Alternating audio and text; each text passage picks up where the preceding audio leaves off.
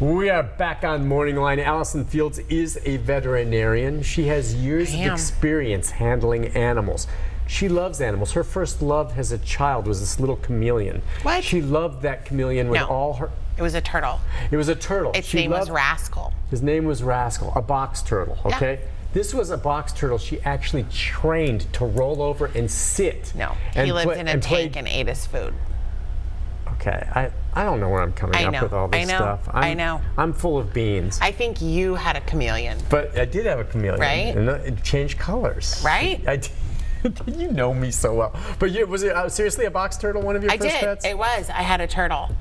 Its name was Rascal because we didn't know if it was a boy or a girl. Yeah. And so as a 6-year-old, I figured that Rascal was a fairly...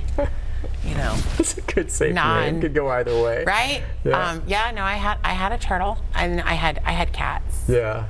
I got 2 cats for my 6th birthday. And you always loved Stars and Stripes. Stars and Stripes were their names? I like that. That's pretty cool. 2 cats, and from there it was all downhill. She loves animals. She's a great vet. Yeah. And we've got more calls for you. What do you say? Right, the lines are open, by the way. Jump in, folks. Questions. We'll go to Ronnie. Ronnie, good morning.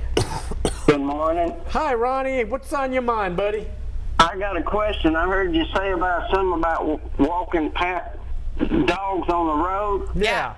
But you got to put your hand down there and feel it and see if it's too hot instead of just putting them on the road. Yeah, I recommend just walking out there barefoot and seeing how long you can stand it. Yeah. That's good. You know, the time of day she was talking about, it's going to be hot, but at the very least, check it first yourself, right? Yeah. That's good advice. I like that idea. Thank you. All right, Ronnie, thanks. Yeah, go out there and just test it yourself. Right. Hey, if it's too hot for you, it's going to be too hot. Some people don't maybe think about do people think about animals and their pads? That's skin on there. It's not like there's a layer of fur over their feet. It's harder. It's keratinized, so it has, those little kind of pokey things. That's why if you rub it one way, it feels rough. So they have it's like teeny tiny baby fingernails on their pads. It's a keratinized, but it can still heat through that and burn those layers right off. Yeah, that's nasty. Yeah. That hurts these poor animals. And you know what? In general, most animals, except for something really acute, have an amazingly high threshold for pain. Yes. You have to pay attention, or they're suffering and you don't know it. You do. So let's go to Carol. Hi, Carol.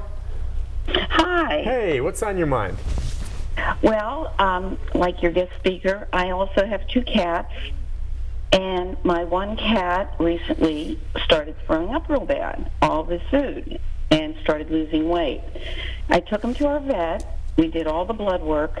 Everything come back fine, and the vet wanted to have me come back and get a steroid shot for him. And then the following week, now my other cat is doing the same thing, throwing up, not just hairballs, but food, and seems to be losing weight. My question is, do I go through the whole thing again with more blood work for the second cat, or just go in and get a steroid shot?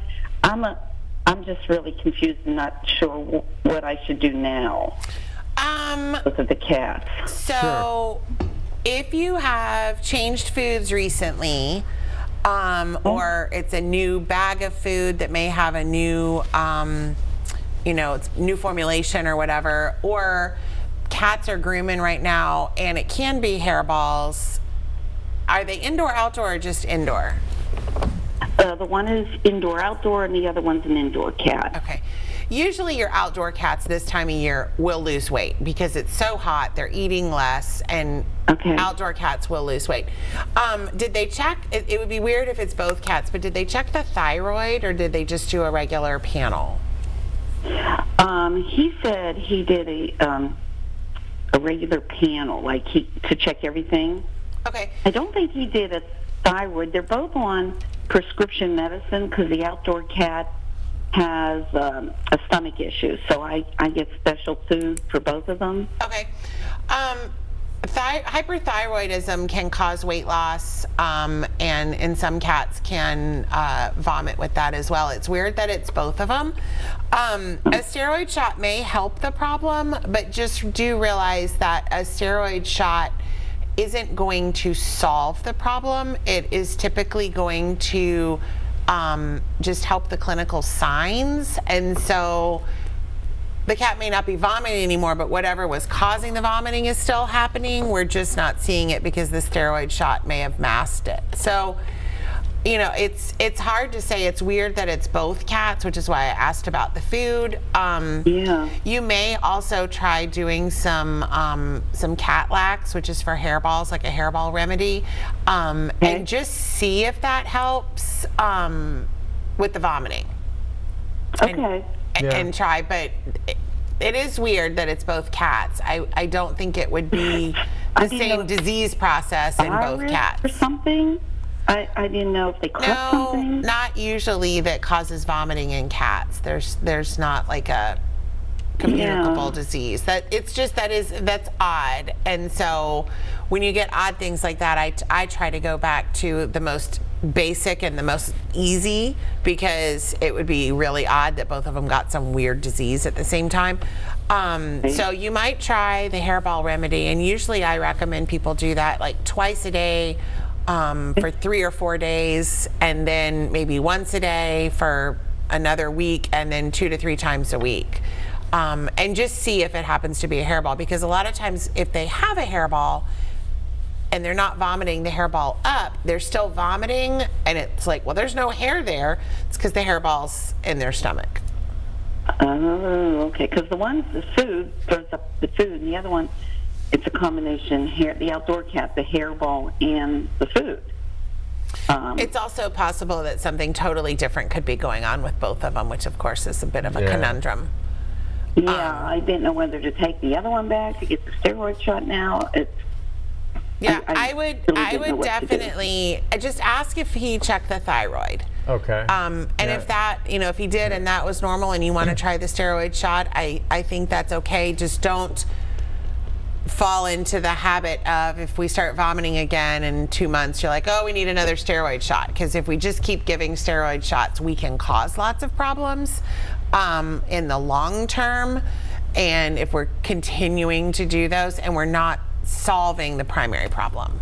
Carol, I hope that helps. Yeah. I mean, it's interesting. At least that one scan on the first cat that they did, the panel came back positive. So, who knows what it could be. Yeah. Could it be just the heat-related allergies, maybe something like that? Not necessarily vomiting. No, vomiting, that's a little out there. It could be food intolerance, but why 2 cats at the same time? I think there's something different going on. All right. Carol, you're doing the right thing. Just check back with your vet on that other one. Find out. Thyroid can cause a lot of things. Yeah. Our Beetlejuice had that. And boy, those little pills that you give them, and they're not expensive really when you get the thyroid treatment. Boy, it works. Yeah. Boom. Amazing. Does everything change. Back to normal. Let's get to Lisa. Hi, Lisa. Hi. Hey. I came in after you guys were already talking about the flea preventative. I just had a question for the vet. I have problems I've used the drops on the back of the neck, and I'm using Seresto collars now. What happens is sometimes they'll get a tick, and the tick will get on them and bite them, and then the tick will die. My question to the vet is, can they still get the diseases that the ticks transmit? Should I change what I'm using to prevent that from happening? It's working 100% on the fleas, but every once in a while a tick will get through. Well, there's nothing that puts an invisible barrier on. It's working on the fleas because the fleas are getting on the animal and dying. The ticks have to get on the animal and bite them in order to die. So, okay, so I don't have to worry about them getting bit. Correct. That's how they're going to die. I think all of these products are going to work really well. The difference is the kill time. Okay. I think in ticks, I know with people, they say if you're like hiking or camping or outside, you should be doing a tick check like every 4 to 6 hours, because it takes longer than that for the tick to get a full blood meal, at which point then they start regurgitating into you, which is really disgusting. Okay, but that's how they end up infecting you. Yes. So meaning the initial bite that she was concerned about is not going to transmit anything because they're sucking at this point. Correct. Okay. Okay. So, and I forget off the top of my head what that time period is. I think it's more than 4 or 6 hours. So it might even be longer than that. But if it's killing them, you're probably good. Some of these products may have a 12-hour kill time, and if that's the case, you may want to move to something that has a little bit quicker kill time. Okay. I can't tell you which one's which. I have to look at the package.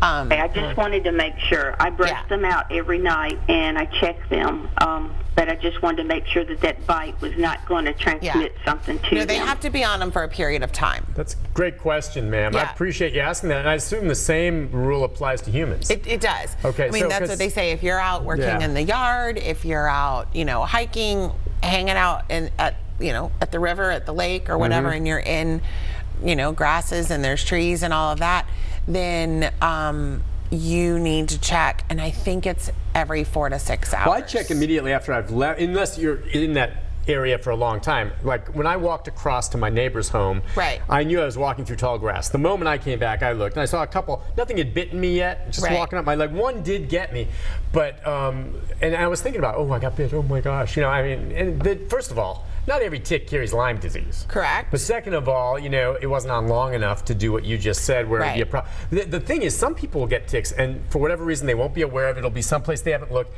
And it can even get embedded, but it sits there. And if they're there for days, that's where if you had an infected tick, you're going to be in trouble.